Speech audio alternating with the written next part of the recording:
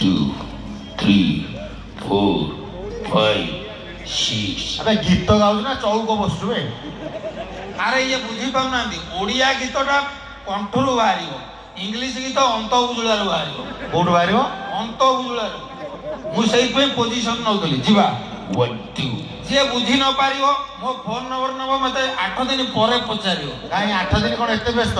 ମୁଁ ଚୋରଚାରି କରୁଛି ନା, ଟାଇମ୍ ନାହିଁ। ଆଚ୍ଛା ଆଚ୍ଛା ହଉ ଠିକ୍ ଅଛି।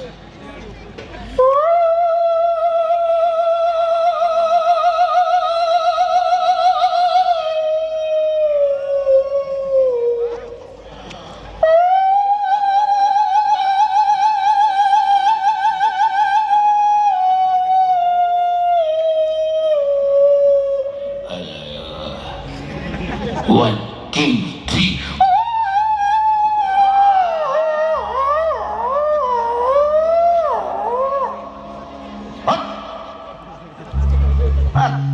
ସେଠି 6ଟା ବିଲୁଆ 3ଟା କୁକୁର ଅନେଇଲେ। କ'ଣ ମୁଁ ଏମିତି ଖରାପ ଗାଇଲି? କୁକୁର ଅନେଇଲି। ଗାଇଲୁନୁ ଖରାପ? ଆରେ ତୁ ଗୋଟେ ପିଲା ଗୀତ ଗାଇବୁ ଯଦି ଇଂଲିଶ ଗୀତ ଗାଇବୁ, କିଛି ନାହିଁ କେଁ କାଁ ହେଇ ଚେଁ ଚାଁ ହେଇ କହୁଛୁ ଅନ୍ତ ବୁଝିଲାରୁ ଛାଡ଼ ଇଂଲିଶ ହେଇପାରିବନି। ତମର ବୟସ ହେଇନି ମୋ ଗୀତ ବୁଝିବାକୁ। ଆଜ୍ଞା, ପ୍ରକୃତରେ ଗୀତ ଯେତେବେଳେ ବାହାରିଥିଲା କୋଉଠି ଥିଲା, ବର୍ତ୍ତମାନ ଗୀତ ଆସି କୋଉଠି ପହଞ୍ଚିଲାଣି ତାର ଗୋଟେ ଛୋଟିଆ ଝଲକ ଦଉଛି।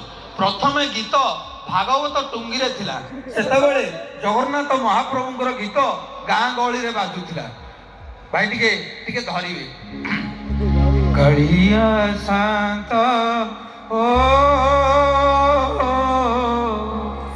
କାଳିଆ ଶାନ୍ତ, ସକାଳ ପହରୁ ତୁମରି ଦୁଆରେ ଡାକି ଡାକି ହେଲି ସରି, ଶୁଣିମା ହେଉ ଗୁହାରି ମଣିମା, ଶୁଣିମା ହେଉ ଗୁହାରି। ଏଇଠି ଗୀତ ଥିଲା। ତାପରେ ଗୀତ ଟିକେ ଆଗକୁ ଗଲା। ଅନୁରୋଧ କରିବି ଭିକାରୀ ବଳଙ୍କ ପାଇଁ ଗୋଟେ ଜୋରଦାର କରତାଳି ହଉ। ଆଜ୍ଞା, ତାପରେ ଓଡ଼ିଆ ମାଟିରେ ଜନ୍ମ ହେଲେ ଅକ୍ଷୟ ମହାନ୍ତି। ପୁଣ୍ୟର ନଦୀ ତୀରେ ପାପର ତରୁଡ଼ାଳେ ଓଷା ବାନ୍ଧି ରହି ଅକିତିରେ ପୁଣି ଜାଣିଛବି ତାର ନାମ, କି କହି ତାକୁ ଚଳନା ପୁଣି, କି କହି ତାକୁ ପ୍ରେମ। ପୁଣ୍ୟର ନଦୀ ତୀରେ ହୋ ହୋ ହୋ ହା ହା ହା,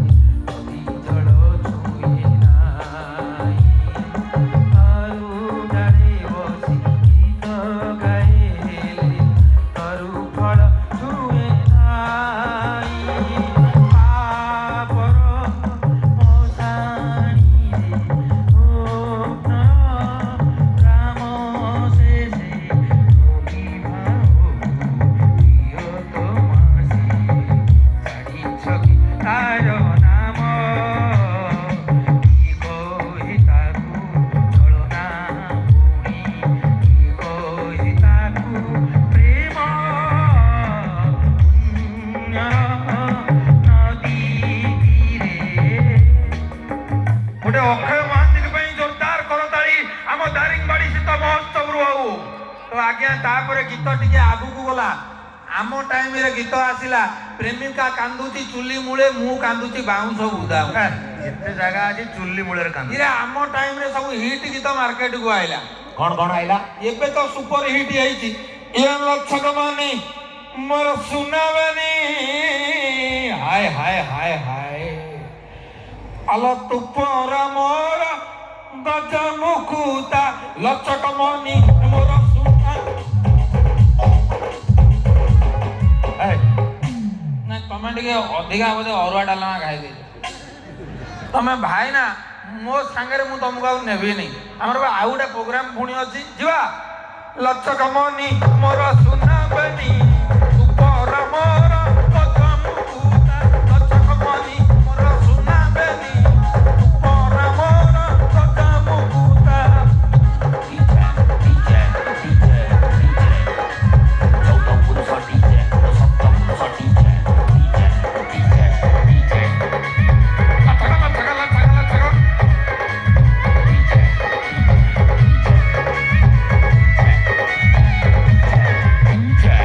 ଆଚ୍ଛା ମୋ କହିବା କଥା ଏତେ ଲୋକ ଏଠି ଦେଖୁଛନ୍ତି, ଆଜ୍ଞା ତୁ ତ ଗୀତଟା ଠିକରେ ଆରମ୍ଭ କଲୁ। ନାଇଁ ତମେ କଣ ମୋତିଆ ବିନ୍ଦୁ ଅପରେସନ ହେଇଛ, ରାତିରେ ଗୋଟେ କାଳିଆ ଚଷମା କାହିଁ ନେଇଛ? ନାଇଁ ଆମ ଡିପାର୍ଟମେଣ୍ଟରେ ଟିକେ ଚୋର ମାନଙ୍କୁ ଖୋଜିବା ପାଇଁ ଚଷମା ଥାଏ। ଆଚ୍ଛା ଆଚ୍ଛା ଯଦି କହୁଛୁ ମୁଁ ଖୋଲି ଦଉଛି। ମୋ କହିବା କଥା ଆଜ୍ଞା ତା ଭିତରେ ଆଜ୍ଞା ଡିଜେ 14 ପୁରୁଷ ଡିଜେ ଡିଜେ ଇଏ କଣ? ଆଜ୍ଞା ଆଜିକାଲି ଗୀତରେ ଟିକେ ଡିଜେ ପହଞ୍ଚ ନହେଲେ ଆମ ଟୋକାଳିଆ ମାନଙ୍କର ଗୋଡ ଉଠିବ। ହେ ଆଜ୍ଞା ଦେଖନ୍ତୁ ଯେକୌଣସି ଗୀତ ବାଜୁ ଡିଜେ ତା ମଝିରେ ପୁଣି ଜଣଙ୍କ ନାଁ କହୁଛି। ଡିଜେ ଗୋପାଳ ସେ କିଏ? ସେ ମୋ ବଡାପା ପୁଅ। ଡିଜେ ଗୋପାଳ ଡିଜେ ପ୍ରଶାନ୍ତ ସେ ପୁଣି କିଏ? ସେ ମୋ ଦାଦା ପୁଅ।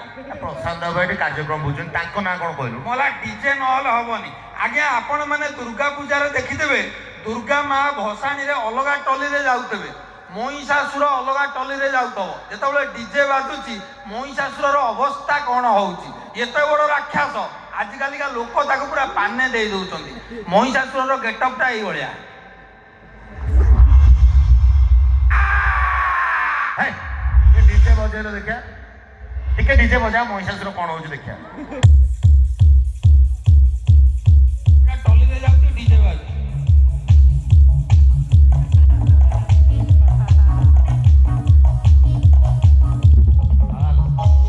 ଲାଗୁଛି ଯେମିତି ମହିଷାସୁର ଛଟପଟ ହଉଛି। ଠିକ ନଈ ପାଖରେ ପହଞ୍ଚିଲା ବେଳକୁ ତା ଲିଭର ଗଳି ପଡିଦବ। ହଁ ଏତେ ଜୋର ହଲିଲେ ସବୁ ବଳି ପଡି ଖାଲି ଛଣ ବିଡାଟା ଥିବ ଯୋଉଟା ଭିତରେ ବନ୍ଧା ହେଇଥିଲା ଆଉ କଣ। ସାର୍ ଦେଖନ୍ତୁ ଆଗରୁ ଯେତେବେଳେ କ୍ୟାସେଟ ଥିଲା, ହଁ ଆଚ୍ଛା କ୍ୟାସେଟ କୋଉମାନେ ବ୍ୟବହାର କରୁଛ ଟିକେ ହାତ ଟେକ। କ୍ୟାସେଟ ସେତେବେଳେ ଟେପ ରେକର୍ଡର ପ୍ରୋବ୍ଲେମ ଦେଖାଏ। ଆଚ୍ଛା ଆଜ୍ଞା ସେତେବେଳେ କ୍ୟାସେଟର ସବୁ ସୁପର ହିଟ୍ ଗୀତ ବାଜେ। ତୁ ଚାଲି ଯିବୁ ତୋ ଶାଶୁ ଘର ଫୁଲର ସବାରିରେ ମୁଁ ଚାଲି ଯିବି ସୁରାଟକୁ ମୋର ନିଧିଆ ଭାଇ ଝିଅ ସାଥିରେ। କେଡେ ସୁନ୍ଦର ଗୀତଟା ସେ ଲେଖା ହେଇଛି, ଗୋଟେ ବିରହର ଗୀତ। ଯୋଉମାନଙ୍କ ପ୍ରେମିକା ଛାଡି ପଳେଇଥିବେ ସେମାନେ ଏଇ ଗୀତକୁ ଲଗେଇକିରି ବହେ କାନ୍ଦିଦେଲେ ତାଙ୍କ ମନ ବୋଧ ହେଇଯିବ। ତୁ କହୁଛୁ ସିଏ ଯିବ ତୁ ସୁରାଟକୁ ଯିବୁ, ସିଏ କୋଉଠି ଯିବ? ମୋ ରାଗ ଚିଲ୍ଲା ତମେ ଲେଖିଛ ସିଏ ଯିବ ବାହା ହେଇକି ଇଏ ଯିବ ମଶାଣି କି, ମୁଁ ଚେଞ୍ଜ କରିକି ସୁରାଟ କରିଦେବି। ମାନେ ସେ ଗୀତକୁ ତୁ ଆଉ ଥରେ ଲେଖିଲୁ? ହଁ କଣ ଲେଖିଲୁ? ତୁ ଚାଲି ଯିବୁ ତୋ ଶାଶୁ ଘର ଆମ୍ବାସେଡର କାରରେ ମୁଁ ଚାଲି ଯିବି ସୁରାଟକୁ ମୋର ଦିଦିଅ ଭାଇ ଝିଅ ସାଥିରେ।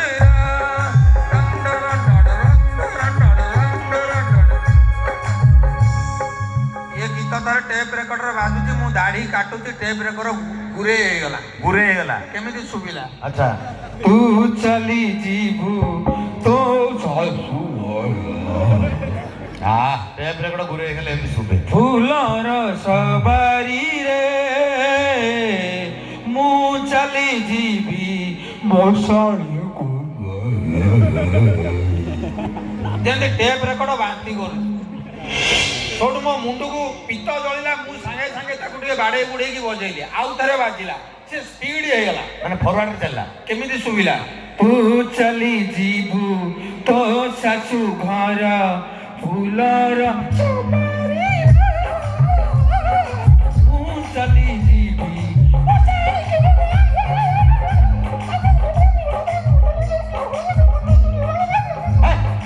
ତୁ କାହିଁ ଏତେ ଘୁରେ ଘାରେ ହଉଛୁ? ଯେମିତି ନାଗିବ 300 ବାତୁଡି ବସି ଗୀତ ଗାଉଛନ୍ତି। ଆଜ୍ଞା ତାପରେ ବୈଜ୍ଞାନିକ ମାନେ ଚିନ୍ତା କଲେ ସିଡି କ୍ୟାସେଟ ବାହାର କଲେ। ସେଇଟା ବଢିଆ। ସିଟ୍ ବଢିଆ ନା ହଁ ଚକୁଳି ପିଠା ଭଳିଆ ପକେଇ ଦେଇକି ତମେ ତାଙ୍କର ବସିଲ, ସେ ତାର ଗୁରୁ ଗୁରୁ ହେଇ ବୁଲୁଥିବ, ତମେ ଗୀତ ଶୁଣୁଥିବ। ନାଇଁ ନାଇଁ ଆଉ ତାର ବି ପ୍ରୋବ୍ଲେମ ଅଛି। କଣ ପ୍ରୋବ୍ଲେମ? ମନେକର ଗୀତଟି ହେଲା ନାଲି ଫରକ ବାଲି ତୋର ଦେଖି ସାଇଲି, ନାଲି ଫରକ ବାଲି ତୋର ଦେଖି ସାଇଲି।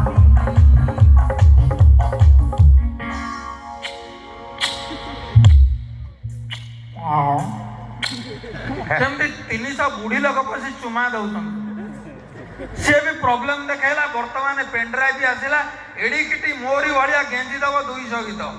ଆଚ୍ଛା ଆଚ୍ଛା। ତେଣୁକରି ସାର୍ ଏଇଟା ଅଧିକା ଖରା କାଟୁଛି ଭାଇ, ଏଇଟା ଟିକେ ବନ୍ଦ କର। ଖରା ନୁହଁ, ସେ ଭଳିଆ ଲାଇଟ୍ ଦିଆ ହେଇଛି। ନାଇଁ ନାଇଁ ମାନେ ତୋ ଭଳିଆ ଚୋରକୁ ଧରିବା ପାଇଁ ସେମିତିଆ ଲାଇଟ୍ ନହେଲେ କେମିତି ହବ? ଆଚ୍ଛା ଆଚ୍ଛା ସାର୍ ଆଉ କଣ ପଚାରିବା କଥା? ଆଉ ମୁଁ ପଚାରିବାକୁ ଚାହୁଁଛି, ଏତେ କଥା ଯଦି ତୁ ଜାଣିଛୁ, ପ୍ରକୃତରେ ପାଠ କୋଉ ଯାଏଁ ପଢିଛୁ ସେଇ ବିଷୟରେ ମୁଁ ଟିକେ ପଚାରିବାକୁ ଚାହୁଁଛି। ମୁଁ ଆଜି ଦାରିଙ୍ଗବାଡି ଶୀତ ମହୋତ୍ସବରେ ଗୋଟେ ସତ କଥା କହୁଛି।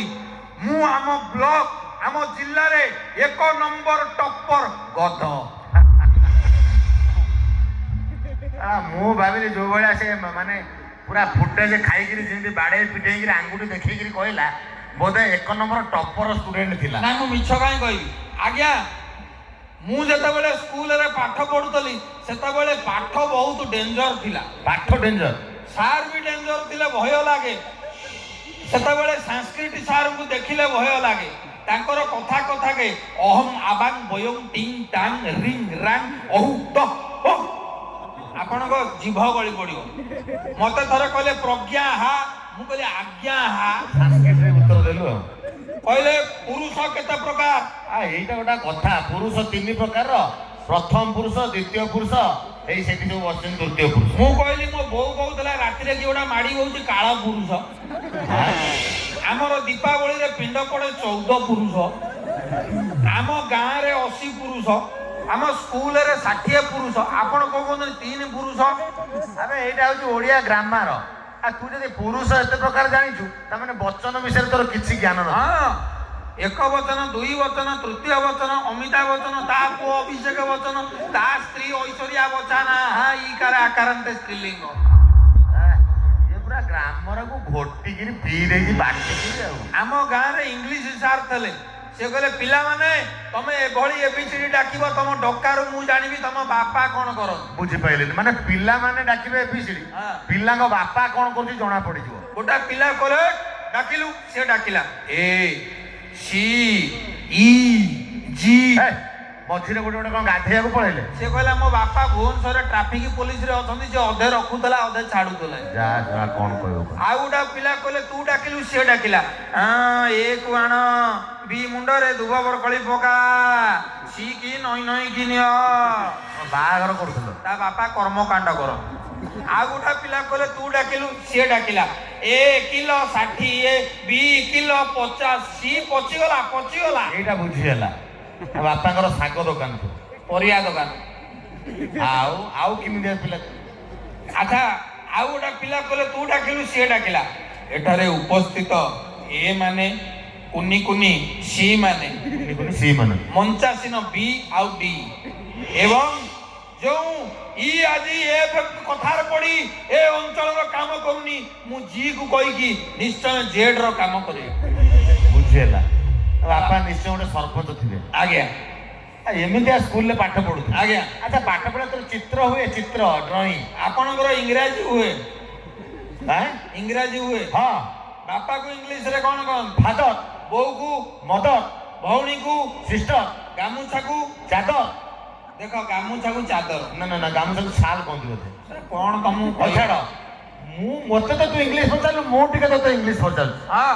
ଆଚ୍ଛା, ବୋଉକୁ ଇଂଲିଶରେ ମଦର କହନ୍ତି, କିନ୍ତୁ ଆଜିକାଲି ପିଲାମାନେ ସେ ମଦରକୁ ଷ୍ଟାଇଲରେ ଡାକୁଛନ୍ତି ମମ୍। ମମି। ସାଙ୍ଗେ ସାଙ୍ଗେ ମମି। ତା ଭିତରେ ଜଣେ କିଏ କହିଲାଣି ଓ। ଆଚ୍ଛା, ଯଦି ବୋଉକୁ ମମ୍ କହନ୍ତି, ଆଜ୍ଞା, ମତେ କହ ତୋର କେତେ ଟ୍ୟାଲେଣ୍ଟ ଅଛି। ମଦରକୁ ମମ୍ କୁହାଗଲା, ବା ମା କୁ ମମ୍ କୁହାଗଲା, ମାର ବଡ ଭଉଣୀକି ଇଂଲିଶରେ କଣ କୁହାଯିବ? ମ୍ୟାକ୍ସିମମ୍। କାରଣ ଆମେ ଲୁଗା ଦୋକାନ ଗଲେ କହୁନି ମ୍ୟାକ୍ସିମମ୍ ସାଇଜର ଗୋଟେ ଲୁଗା ଦେଖା। ତା ସାନ ଭଉଣୀ କି ମିନିମମ୍, ମଝିଆ ଭଉଣୀ କି ମିଡିୟମ, ଆଜି ଆଣ୍ଠ ହଉଛି, ଆଣ୍ଠେଇୟମ୍ ଯେ ପେଟ ହଉଛି, ପେଟିୟମ୍ ଯେ ଦୌଡୁଛି, ଦୌଡ଼ିୟମ୍ ଯେ ଡେଙ୍ଗା, ଡେଙ୍ଗିୟମ୍। ଯେ ଗେଡା। ଆପଣ କଣ ମତେ ଇଂରାଜୀ ଆଉ ପଢେଇବେ? ତୁ କହୁଛୁ ପାଠ। Oh, you silent, it is not that. What about thinking, not personal? ହେଁ? ଭାବୁଛୁ ଏଠି ସବୁ ଗଜମୂର୍ଖ ଅଛନ୍ତି। ହେଁ? ରାମ ଯାଏ କଣ ହବ କହିଲୁ? ରାମ ଯାଏ, ରାମ ଇଜ ଗୋଇଂ। ରାମ ଯାଉଅଛି ହେଲେ ରାମ ଇଜ ଗୋଇଂ। ରାମ ଯାଏ ମାନେ ରାମ ଗୋ। ଆଜ୍ଞା। ମୁଁ ଇଂଲିଶରେ ଭଲ ପାଠ ପଢିଛି। ଆପଣ କାହିଁ ଏଠି ଠିଆ ହେଇଛନ୍ତି? ମୁଁ ଠିଆ ହେଇଛି ତୋତେ ବାନ୍ଧିକି ନେବି, କାରଣ ଏତେ କଷ୍ଟରେ ଖୋଜି ଖୋଜି ଶୀତ ମହୋତ୍ସବରେ ତୋତେ ମୁଁ ପାଇଛି। ଆପଣ ଶୁଣନ୍ତୁ, ଇଏ ଯୋଉ ଦେଖା ଯାଉଛନ୍ତି ଆଙ୍କୁ ମୁଁ ପୋଲିସ ବୋଲି ଭାବୁନି, ଏ ଡୁପ୍ଲିକେଟ ନିଆଛି। କାହିଁକି? ତମେ କେମିତି ସାଇଟରୁ ଦେଖା ଯାଉଛ ଜାଣିଛ? କଣ? ଯେମିତି ଜଙ୍ଗଲରୁ ଗୋଟେ ପ୍ରେଗନେଣ୍ଟ ଅଜଗର ଆସି ଠିଆ ହେଇଛି। ମିଛ କହୁନି, ଏଠି ଲୋକ ସବୁ କହିବେ ତମେ ବେଜିତ କରୁଛୁ। ତମେ ପଛରେ ତମ ପେଟ ଆଗରେ। ଏତେ ପୋଲିସ ଭାଇ ଅଛନ୍ତି ସବୁ ଚାଙ୍ଗା ଦେଖିବାକୁ ହ୍ୟାଣ୍ଡସମ୍। ତମେ ଦେଖ, ଆମେ ଯେତେବେଳେ ସବୁ ପୋଲିସ ଭାଇ ମାନେ ଚାକିରିରେ ଜଏନ କଲା ବେଳକୁ ଚାଙ୍ଗା, ତାପରେ ଆମେ ଯେତେବେଳେ ଥାନାକୁ ଆସିକି ଆଇଆଇସି ହେଇଯିବୁ, ସେତେବେଳେ ପେଟଟା ଆମ ଆଗରେ ନ ରହିଲେ ଆମ ଚାକିରିର ମୂଲ୍ୟ କଣ ଅଛି? ସାର୍ କାହିଁ ବେକାର କଥା କହୁଛନ୍ତି? ହେ? ମୋ ଟାଇମ ୱେଷ୍ଟ କରନ୍ତୁନି, ଆପଣ ଯାଆନ୍ତୁ। Time waste. ହଁ ଆଜ୍ଞା, ଦେଖନ୍ତୁ ଏଇ ପାଠ ପଢାକୁ ନେଇ ଗୋଟିଏ କଥା କହିବି। ଏବେକା ପିଲାମାନେ ସ୍କୁଲ ଯାଉଛନ୍ତି, ଆପଣ ଭାବିବେ ଗୋଟେ ଓଟ ବହି ନେଇକି ଯାଉଛି। ଆଜିକାଲି ଯେମିତି ସେଇଠି ଯାହା ପଳେଇ ବଳି ପଡିବ, ମାନେ ଆପଣଙ୍କୁ ଲାଗିବ ଗୋଟେ ଓଟ ଯାଉଛି। ଆରେ ମୂର୍ଖ, ଆମେ ବା ତୁମେ ଯେତେବେଳେ ପଢୁଥିଲ ସେତେବେଳେ ବହିପତ୍ର ବହୁତ କମ ଥିଲା। ଏବେ ହୋମ ୱାର୍କ, କ୍ଲାସ ୱାର୍କ, ତାପରେ ଦିଦିଟା ଖାତା, 10-10ଟା ବହି। ଯଦି ସେତିକି ବହିପତ୍ର ଖାତା ନ ଦିଆହବ ତାହେଲେ ଇଂଲିଶ ମିଡିୟମ 700, 800, 900, 1000 ଟଙ୍କା ନେବେ କେମିତି? ସାର୍ ଶୁଣନ୍ତୁ, ମୁଁ ଯେତେବେଳେ ପଢୁଥିଲି ମୋର ପାଠରେ ଅଧିକା ମାର୍କ ରହୁଥିଲା। କୋଉ ପାଠରେ? ମୋର ଭୂଗୋଳରେ, ମା ମୋର ସବୁଥିରେ ଟପ୍ ରହୁଥିଲା। ସାର୍ ବିଶ୍ୱାସ କରିବେନି, ଥରେ ସାର୍ କହିଲେ ପ୍ରଜ୍ଞା ଗୋଟେ ଡ୍ରଇଂ କଲ। ମୁଁ ସବୁଠୁ ସାଙ୍ଗେ ସାଙ୍ଗେ କହିଲି ସାର୍ କୋଉ ଚିତ୍ର କରିବି? ନା ଗୋଟେ କୁକୁର 3 କିଲୋ ମଟନ ଖାଉଛି। ମୁଁ ସାଙ୍ଗେ ସାଙ୍ଗେ ମାନେ କୁକୁର ଚିତ୍ରରେ ଭୋକିଲା। ହଁ। ସାର୍ କହିଲେ ଦେଖେଇଲୁ। ଆଜ୍ଞା ପ୍ରକୃତିରେ ମୁଁ କରିନଥିଲି। ସାର୍ କହିଲେ ଇଏ କୁକୁର କାହିଁ ମଟନ କାହିଁ? ମୁଁ କହିଲି ଭୋକ ହେଲା, ଖାଇକି ପଳେଇଲାଣି। ଆଚ୍ଛା, ଟିକେ ମିଛ କହିବାକୁ ପଡେ। ଆଚ୍ଛା ଆଚ୍ଛା, ତୁ କୋଉ ଜାଗା ପାଠ ପଢିଛୁ? ମୁଁ ଟୋଟାଲି ହଉଛି କୋର୍ସ ବିଏ ସିପିଡି। କଣ? ସିପିଡି। ଆଜ୍ଞା ବିଏ ଜାଣିଛି, ଏମଏ ଜାଣିଛି, ବିଟେକ୍ ଜାଣିଛି, ବିକମ୍ ଜାଣିଛି, ବିଏସସି ଜାଣିଛି, ସିପିଡି କଣ? ସିଗାରେଟ ପିଏ ଡେଲି।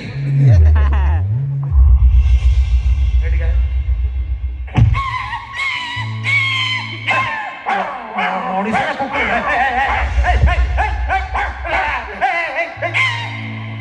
ଏମିତି ଭୋଗୁଛି ତ ମଣିଷ ନା କୁକୁର? ବେ ଚୋପ, ତ ପାଟିରୁ ଗୋଟେ କଣ ବାସ୍ନା ଆସୁଛି? ଆଜ୍ଞା ସାର୍।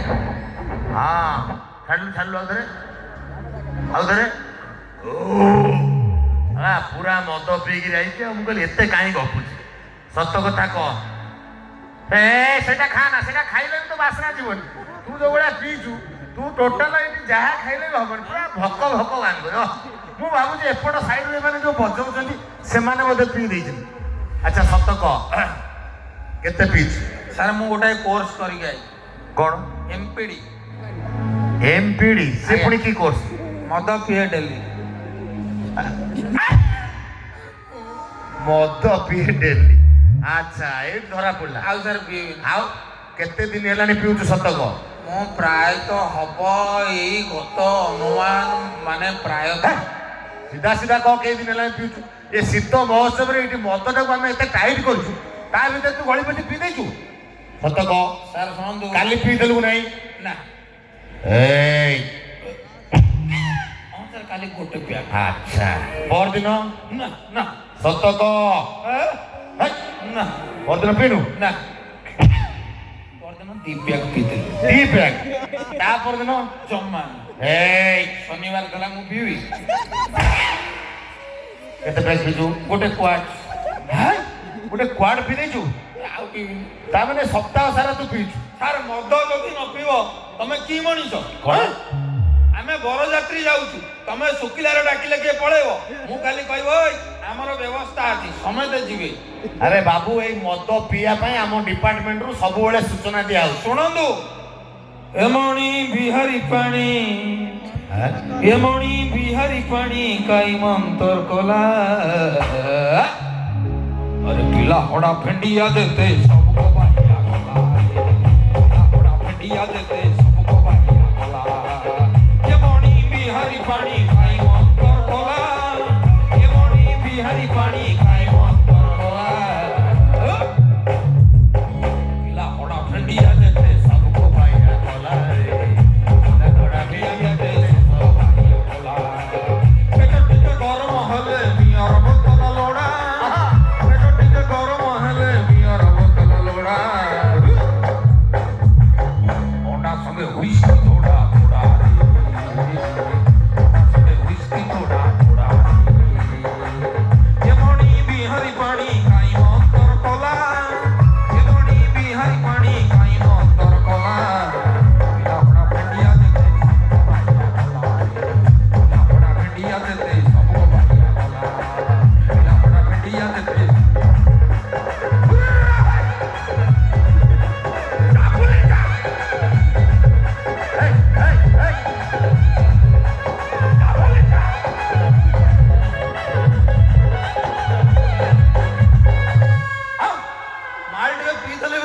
ହଁ ଜଣା ପଡିଲା ଆଉ ତାହେଲେ ତୁ ସତରେ ପିଇ ଦେଇଛୁ ହଉ ଦେଖ ହଁ କଣ ବାଦ ମଦର ସେ ବାଷ୍ପ ବାହାରୁଛି ଆଉ ମୋ ପେଟରେ ପରେ ଆଉ ଜଳା ହଉଛି ନା ଆରେ ଶୀତ ପଡୁଛି ବାହାରୁଛି ମୁଁ ସାରେ ଆପଣଙ୍କୁ ଶପଥ କରୁଛି ହଁ। ମୁଁ କେବେ ପିଇବିନି ସାର୍ ହେ ତୁ ଶପଥ କରୁଛୁ ଏଇଭଳିଆ 10 ଥର ମତେ କହିସାରିଲୁଣୁ ମଦ ପିଉଛୁ କାହିଁକି ଆମେ ବାରମ୍ବାର କହୁଛୁ ମଦ ପିଅନ୍ତୁ ନାହିଁ ମଦ ପିଇ ଗାଡି ଚଲାନ୍ତୁ ନାହିଁ ତୋର ସବୁବେଳେ ମଦ ସାର୍ ଆଉ ପିଇବି ଆରେ ମଦ ପିଇଲେ ତୁ ନିଜେ ମରିବୁ ମରିବୁ ଦରେ ଦରିଦ୍ର ହବୁ ସତରେ ହଁ ମୋର ଗୋଟେ ସାଙ୍ଗ କହୁଥିଲା ମଦ ଯିଏ ନ ପିଉଛି ମଦ ସେ ନୁହେଁ ମର୍ଦ ତୁ ଯୋଉ ମର୍ଦ ଏଟା ଟୋଟାଲ ଯଦି କାଟିବ ହାଡ଼ ଫାଡ଼ କାଢିଦବ 2.5 କିଲୋ ମାଂସ ବି ହବନି ଓ ପୋଲେ ଭାଇ ଅନାନି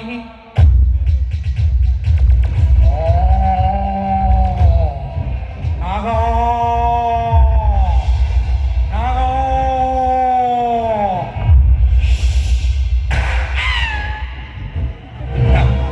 ଲାଗୁଛି ଏମିତି ମାନେ ରାଇମୋହନ ପରଡ଼ାକୁ କିଏ ବରଫ ଭିତରେ ପୁରେଇକି କାଢିଛି ହେଲା ନାଗା 3 ଫୁଟ ହାଇଟ୍ ହବନି ଗୋଟେ 8 ଫୁଟ ହାଇଟ୍ ଲୋକର ଡାଇଲଗ କହୁଛି ସାର୍ ଶୁଣନ୍ତୁ ହଁ ଆମେ ଏଠି ଯେତେ ଲୋକ ବସିଛନ୍ତି ଦିନେ ଆମେ ସମସ୍ତେ ଜଙ୍ଗଲରେ ରହୁଥିଲା କୋଉଠି ମଣିଷ ପ୍ରଥମେ ଜଙ୍ଗଲରେ ରହୁଥିଲା ବହୁତ ପ୍ରାଚୀନ କାଳ କଥା କହୁଛି ଆଜ୍ଞା ସେତେବେଳେ ମଣିଷ ସମସ୍ତଙ୍କ ନାଁ ଦେଇଛି ବାଘ ନାଁ ଦେଇଛି ବାଘ ହଁ। ଗାଈ ନାଁ ଦେଇଛି ଗାଈ କୁକୁର ନାଁ ଦେଇଛି କୁକୁର ଏଇ ମଣିଷ ଦେଇଛି ତୋ ନାଁ ବି ଚୋର ଦିଆହେଇଛି ହଁ ଏ ମଣିଷ ସବୁ ନାଁ ଦେଇଛି ଯଦି ସାର୍ ସେଦିନରୁ ଗାଈ ନାଁ ଥାନ୍ତା ବାଘ ଆମେ କଣ କହିଥାନ୍ତେ ଏ ଭଲ ଟିକେ ବାଘକୁ ଦୁହିଁ ଦବୁ କ୍ଷୀର ଦବ ହଁ ଯଦି ବାଘ ନାଁ ହେଇଥାନ୍ତା ଗାଈ ଆମେ ବି ଡାକିଥାନ୍ତେ ଗାଈ ଆମେ ଛୁଆକୁ କହିଥାନ୍ତେ ଶୋଇପଡ ଗାଈ ଖାଇଦବ ତେଣୁ ଏ ମଣିଷ ପନିପରିବା ନାଁ ଦେଇଛି ଆ ନା ପାଣି କଖାରୁ ଆ ନା କଦଳୀ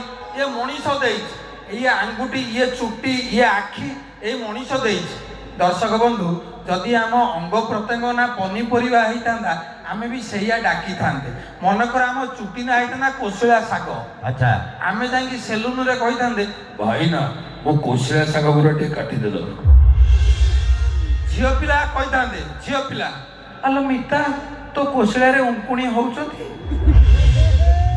ମନେକର ଆମ ଆଖି ନା ହେଇଥାନ୍ତା ଟମାଟର ସ୍କୁଲରେ ସାର୍ କହିଥାନ୍ତେ ଓଏ ଢୋଳଉଛୁ କିଏ ଟମାଟର ଖୋଲିକି ବସ ମନେକର ଆମ ନାକ ନା ହେଇଥାନ୍ତା ଲେମ୍ବୁ ବାପା ମା କହିଥାନ୍ତେ ଧନ ଭାରି ଶୀତ ହଉଛି ବର୍ଷା ହଉଛି ବୁଲୁ ନା ନାକରୁ ଲେମ୍ବୁରୁ ପାଣି ବାହାରିବ ଆମ ବେକ ନା ହେଇଥାନ୍ତା ଯଦି ଗାଜର ଆଚ୍ଛା ଆମେ ସାଙ୍ଗସାଥିରେ କହିଥାନ୍ତେ ଏଇ ମୋ ସାଙ୍ଗରେ ନାଗିବୁନୁ ତ ଗାଜର ମୋଡ଼ିଦେବୁ ଯଦି ଆମ ପେଟ ନା ହେଇଥାନ୍ତା କଖାରୁ ଆମେ ଯାଇ ଡାକ୍ତରଙ୍କୁ କହିଥାନ୍ତେ ସାର୍ କାଲି ଅଧିକା ମଟନ ଖାଇଦେଲି ମୋ କଖାରୁରେ ଗ୍ୟାଷ୍ଟ୍ରିକ୍ ହେଇଯାଇଛି କିଛି ଝିଅ ପିଲାଙ୍କର ବାହାଘର ଭାଙ୍ଗି ଯାଉଛି ତାକୁ ପଚରାଇଥାନ୍ତା ଆଲୋ ମା ତୁ କାହିଁକି ରାଜି ହେଲୁନୁ ନା ମୁଁ ତାଙ୍କୁ ବାହା ହେବିନି ତାଙ୍କ କଖାରୁ ବଡ଼ ନଖନା ହେଇଥାନ୍ତା ଲଙ୍କା ତାହେଲେ ସ୍କୁଲରେ ସାର୍ କହିଥାନ୍ତେ ଏ ଶନିବାର ସବୁ ଲଙ୍କା କାଟିକି ଆସିବ। ତେଣୁ ଆମେ ଏଇଭଳି କଥାବାର୍ତ୍ତା କରିଥାନ୍ତେ। ଆଚ୍ଛା ସେତେବେଳେ ମଣିଷର ପଛରେ ନାଙ୍ଗୁଡ଼ ଥିଲା। ଭଗବାନ ଧୀରେ ଧୀରେ ମଣିଷକୁ ପରିବର୍ତ୍ତନ କରି ସୁସ୍ଥ ମଣିଷ କଲେ। ଯାହା ହଉ ଯଦି ଏଣେ ନାଙ୍ଗୁଡ଼ ସମସ୍ତଙ୍କର ଥାନ୍ତା କି ଟେନସନ ଆଗେ ଆନାଉନ୍ସ ହେଇଥାନ୍ତା। ବିଶେଷ ସୂଚନା କଲେକ୍ଟର ସାର୍ କହିଛନ୍ତି ସମସ୍ତଙ୍କ ନାଙ୍ଗୁଡ଼ ଖୋଲିକି ନାଙ୍ଗୁଡ଼ ଷ୍ଟାଣ୍ଡରେ ଧୋଇକି ଆସିବ। ତାପରେ ଯୋଉ ମଫଲର ବାହାରୁଛି ଲାଙ୍ଗୁଡ଼ ପାଇଁ ଗୋଟେ ବାହାରିଥାନ୍ତା। ତାପରକୁ ନାଙ୍ଗୁଡ଼ ଗଲାବେଳକୁ କାନରେ ପଶିଗଲାଣି। ତମେ ଚାଲୁଥିବ ସିଏ ଏପଟେ ଚାଲୁଥିବ। ହଠାତ୍ ଆସିବ ଗୋଟେ ଝିଅ ପିଲା କହିବ ସାର୍ ସାର୍ ସାର୍ ମୋ ଲାଙ୍ଗୁଡ଼ରେ ପଦିଆ ଚଢ଼ିଗଲା। ଗୋଟେ କୁନି ଝିଅଟି ଧର ହଜି ଯାଇଛି ଡିକ୍ଲାର ହବ ଦୟାକରି କୁନି ଝିଅଟି ହଜି ଯାଇଛି ତା ଲାଙ୍ଗୁଡ଼ରେ ଗୋଟେ ଘୁଙ୍ଗୁର ନାଗିଛି ତା ବାପା ମା ଆସି ତାକୁ ନେଇଯାଆନ୍ତୁ। ତେଣୁ ଆଜି ଆମର ଲାଙ୍ଗୁଡ଼ ନାହିଁ ଆମେ ପୂର୍ଣ୍ଣାଙ୍ଗ ମଣିଷ।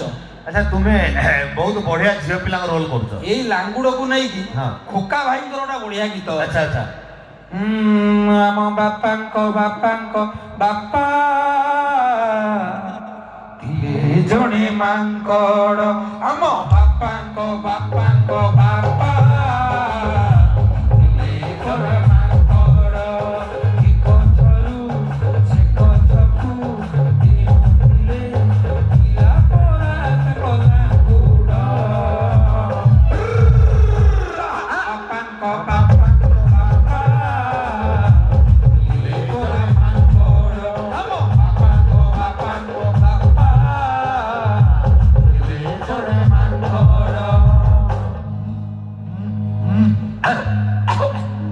ମାଙ୍କଡ଼ ହେଇଗଲ ନା କଣ? ତେଣୁ ଆଜି ଆମେ ପୂର୍ଣ୍ଣାଙ୍ଗ ମଣିଷ ଆମେ ମାନେ ଆଜି କାର୍ଯ୍ୟକ୍ରମ ଦେଖୁଛେ। ଆଚ୍ଛା ଆପଣ ମାନଙ୍କୁ ଗୋଟିଏ ଅନୁରୋଧ କରିବି ଆପଣ ମାନେ ସମସ୍ତେ ଶଙ୍କର ଭାଇଙ୍କର ବିଭିନ୍ନ ରୂପ ଦେଖିଦେବେ। ସବୁଠୁ ତାଙ୍କର କୋଉ ରୋଲ ଭଲ ଲାଗେ ନା ସ୍ତ୍ରୀ ଲୋକ ରୋଲ। ମୁଁ ସତ କହୁଛି ମତେ ଭାରି ଭଲ ଲାଗେ। ଆଜ୍ଞା ମୁଁ ସ୍ତ୍ରୀ ଲୋକ ରୋଲ କାହିଁ କରେ ନା ଏଇଭଳିଆ ପୁରୁଷ ଆ ସହିତ କେହି ସ୍ତ୍ରୀ ଲୋକ ରୋଲ କରିବାକୁ ରାଜି ହେଲେ ଗୋଟେ ଏଡି ବଡ ଲୋକ ତା ସାଙ୍ଗରେ କଣ ଆମେ ତା ସ୍ତ୍ରୀ ହବୁ କଣ ତା ସାଙ୍ଗରେ ଆମେ ରୋଲ କରିବୁ। ତେଣୁ ବାଧ୍ୟ ହେଇକିରି ମୁଁ ତା ସ୍ତ୍ରୀ ଲୋକ ରୋଲ କରେ ତା ବୋଲି ଏଠି ମୁଁ କଣ କରିବି। ମୁଁ ଅନୁରୋଧ କରୁଛି ଶଙ୍କର ଭାଇ ଗୋଟେ ସ୍ତ୍ରୀ ଲୋକ ରୋଲ କରିକି ଦେଖାନ୍ତୁ। ଆମର ଦାରିଙ୍ଗବାଡି ଲୋକମାନେ ସମସ୍ତେ ଦେଖିବେ। ତମେ ଯଦି ରାଜି ହଉ ନା ମୁଁ ତମ ସାଙ୍ଗରେ ଗୋଟେ ଭିଲିଆନ ରୋଲ କରିବି। ମୋର ସ୍ତ୍ରୀ ଲୋକ ରୋଲ କରିବାର କିଛି ଅସୁବିଧା ନାହିଁ। ବିଡିଓ ସାର୍ କୋଉଠି ବସିଛନ୍ତି?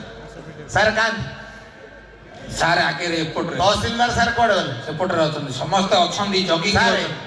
5,000 ଟଙ୍କା ଦିଅନ୍ତୁ ମୋର ଶାଢୀ ସାୟା ବ୍ଲାଉଜ ଲୁଗାପଟା ସବୁ ଆଣିବାକୁ ପଡିବ।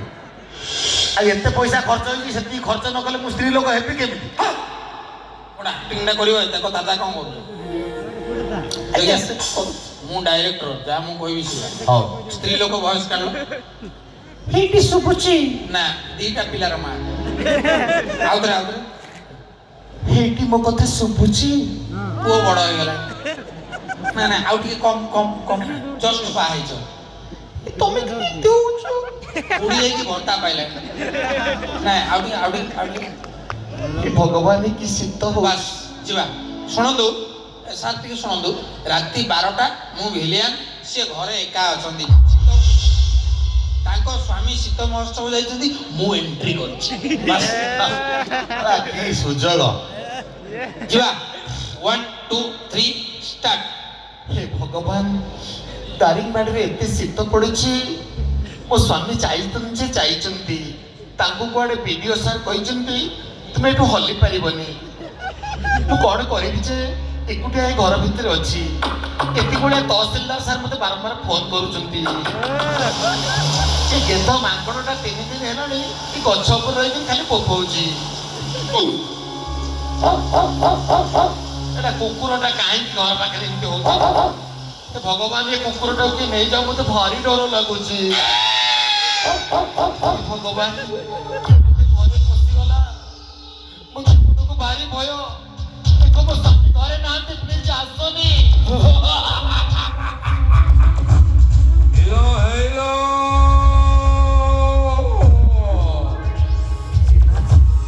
ଚିହ୍ନା କଣ୍ଠସ୍ୱର।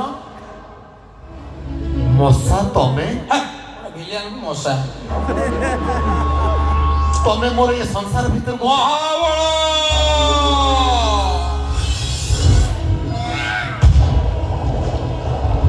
ଦେଖ ମଶା, କଲେଜରେ ପାଠ ପଢିଲା ବେଳେ ତୁମେ ମତେ ପ୍ରେମ କରି ବସିଥିଲ।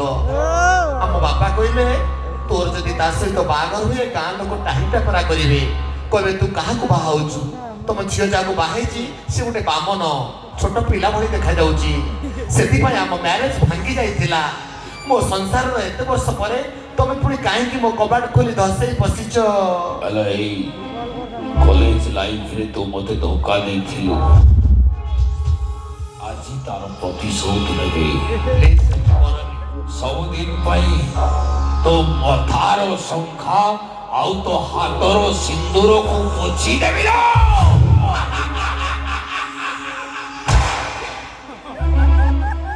ଭିଲିଆନ ହବ ହେଲା, ମଥାରେ ଶଙ୍ଖା ହାତରେ ସିନ୍ଦୁର, ଆଉ କଣ ଓଢଣା ପାଦରେ ପକେଇବି? ଏଇଭଳିଆ ଲୋକ ତୋର ଔକାତ ନାହିଁ। ତୁ ଛୋଟ ପିଲା ରୋଲ କରିବା ପାଇଁ ଠିକ ଅଛି। ନାଇଁ ମୁଁ ଟିକେ ଲୋକଙ୍କୁ ଦେଖି ଏକ୍ସାଇଟେଡ ହେଇକି କାହିଁ ଏକ୍ସାଇଟେଡ ହଉଛୁ? ତୋ ରୋଲ ଭିଲିଆନ ରୋଲ, ଭିଲିଆନ ପଛରେ ଦୌଡ଼ି ଯାଇ ଗୋଟେ ଖଣ୍ଡା ଗୋଟେଇ ଦେବୁ, ସେ ଠିକ ଅଛି। ଏଇଭଳିଆ ମାନେ ଭୁଲ ଜାଗାରେ ଭୁଲ ରୋଲ କଲେ ଏଇ ଅସୁବିଧା ହବ।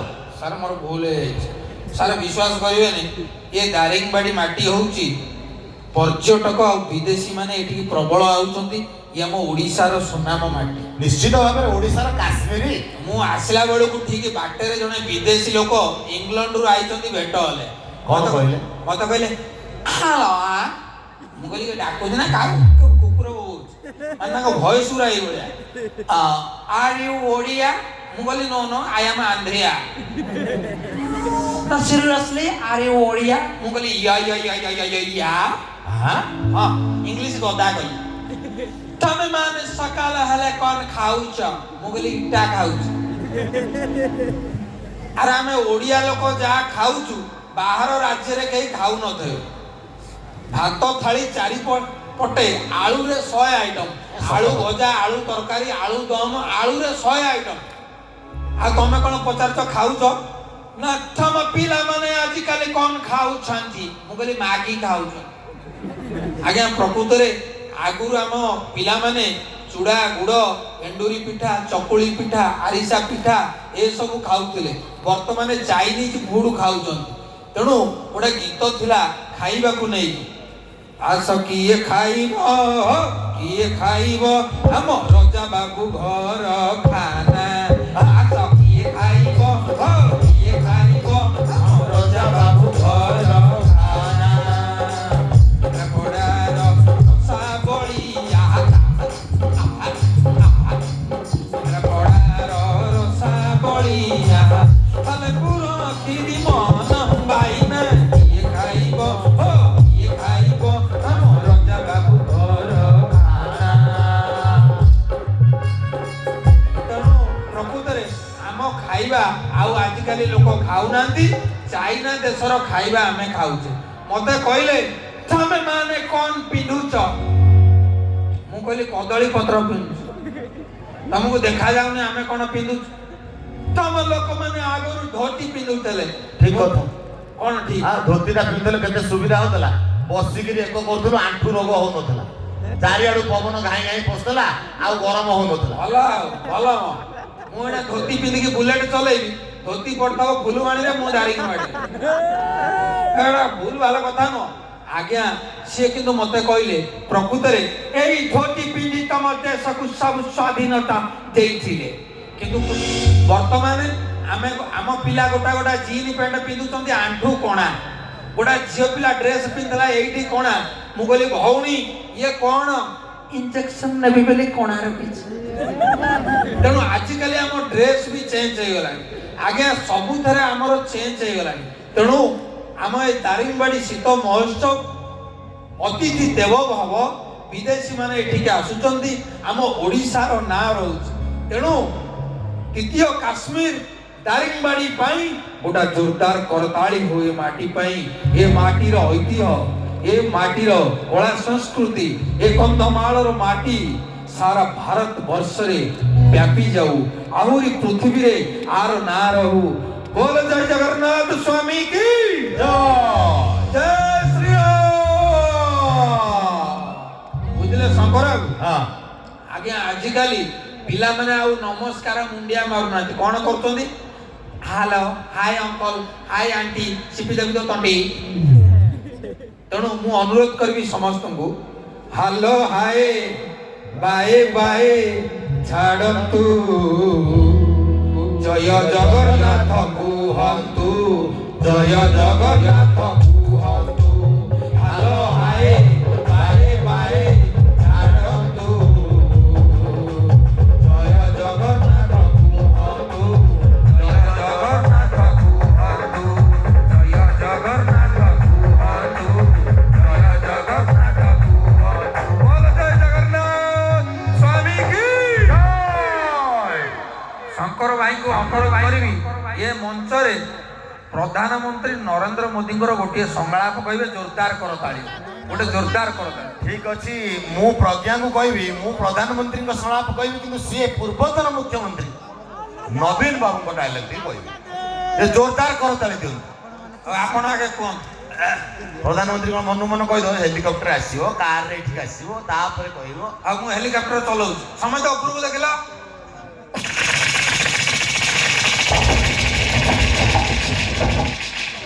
तापर एठी के आसी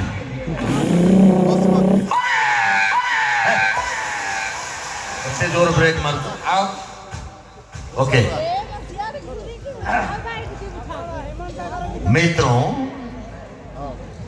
मित्रों मित्रों आप सबको बहुत बहुत बधाई है आप इतने भारी संख्या में दारिंगबाड़ी का शीतों महोत्सव पर इकट्ठा हुआ है मित्रों हमारा जो अधिकारियों है कितने ढंग से वो शीत महोत्सव को सजवाया है सजवा मित्रों आप जो इतने भारी संख्या में इकट्ठा हुआ है मेरे सारे आपका प्यारा मुख्यमंत्री पूर्वतन नवीन जी है कि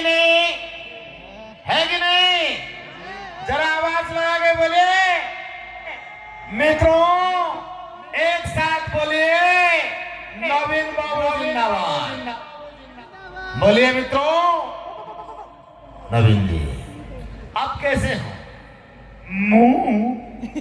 मुख्यमंत्री नहीं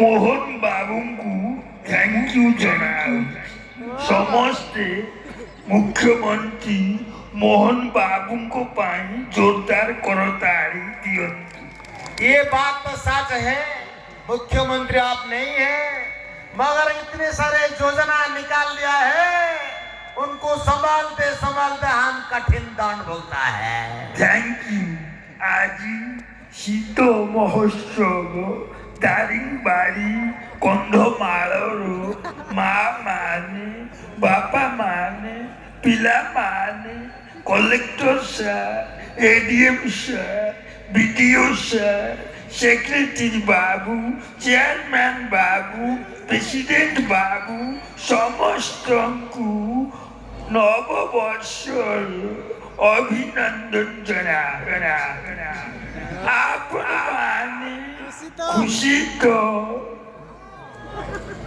आपण मानकर प्रिय मुख्यमंत्री मोहन चरण माझी को मु धन्यवाद देवी थैंक यू प्रिय प्रधानमंत्री नरेंद्र मोदी जी को पाई जोरदार करताली हेउ समस्ते कहतु राजनीति छाड़ी दियंतु गोटे कथा कहतु मु ओडिया भाई बढ़िया विचार जेसन साक्षी गोपाल नड़िया जी किछि कहिबो आमे ओडिया ता पिठिरे खोलिबा गाड़िया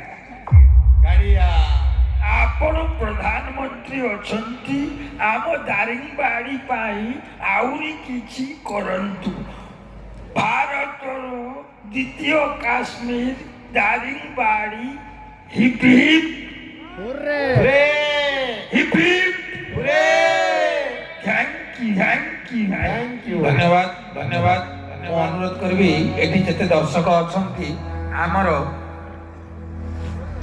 सीमा रेखा रे प्रत्येक दिन वीर जवान माने निज जीवन को बलिदान देउचंती तांको पे गोटिए सेकंड ठियावा नीरव रे। अनुरोध करी सैनिक मानक पई वीर जवान मानक पई जय जवान जय किसान।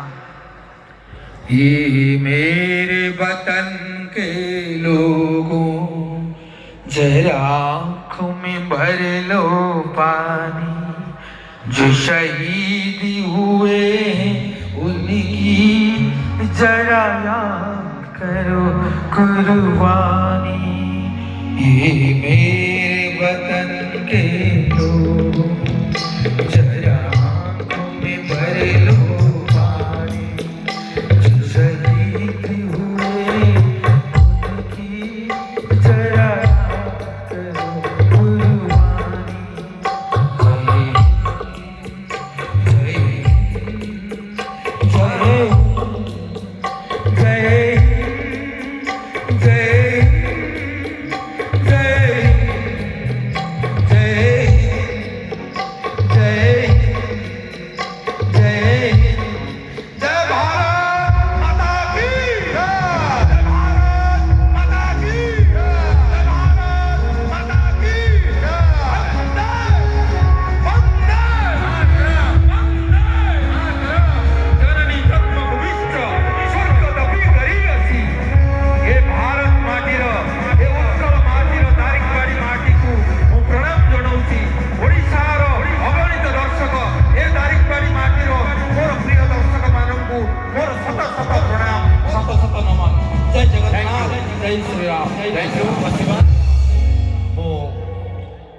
समस्त को धन्यवाद देवी विशेषकर अधिकारी मान जो मैंने एडे बड़ सुंदर कार्यक्रम रे आमको सामिल करिवार सुजोग देइचंती कलेक्टर सार एडीएम सार तहसीलदार सार आउ बीडीओ सार एवं कमिटीर समस्त सदस्य मान आम अनेक महोत्सव को जाऊँ किंतु दारिंगबाड़ी महोत्सव स्वतंत्र एवं प्रकृति में जिते फोटो देखिले जिते शुणिले एठिक आसिले जो फिल्डटा जे आसी से जानी जो एक कार्यक्रम में प्रज्ञा को जहाँ को धन्यवाद करूछंती मु तांको डाकिया भितर आपण दारिंगबाड़ी भितर विषय ओके पारंती आम गहन रे उपस्थित अछंती हमर ब्लॉक रो चेयरमैन महोदय हमर तहसीलदार महोदय एवं बीडीओ महोदय आपण तीन जन को हमें अनुरोध करी दया करी मंच को आसबे संबर्धित करिवे श्री प्रज्ञा एवं श्री शंकर को। खाली तो संबर्धित नुहे आपण मानकर हृदय आज्ञा टिके करताली देबे जार सबुठ बड़ संबर्धना हम अनुरोध करिबी टिके जोरदार करताली आसीबा दरकार आगे एते सुंदर भाबरे आम समस्त आज्ञा से एते सुंदर भाबरे हमको हसैले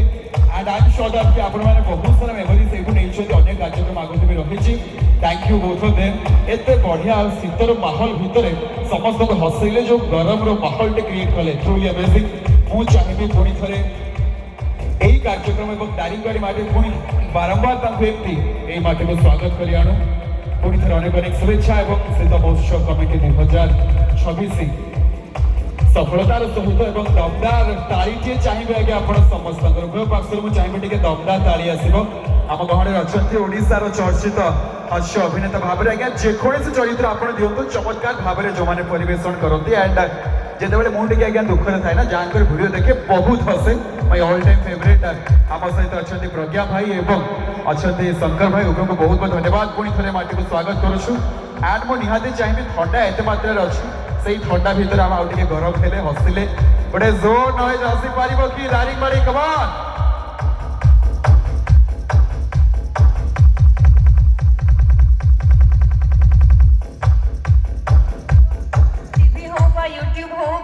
मंच हो सबुटी समस्त को मन छुईचंती प्रज्ञा शंकर जोड़ी बहुत बहुत शुभेच्छा शीत महोत्सव मंच धन्यवाद एवं आम प्रशासनिक अधिकारी वृंद को धन्यवाद अशेष अशेष धन्यवाद जनाया चाहिए पुणी थे आम मंच में मिलानी दूसरी अनेक सारा भल पाइबा स्नेह श्रद्धा सहित संगीत आड़क जा बिल्कुल गोटे सुंदर गीत शुणा जी किछ समय आगु ठाकुर गोटे बढ़िया गीत गायकी जाइछंती।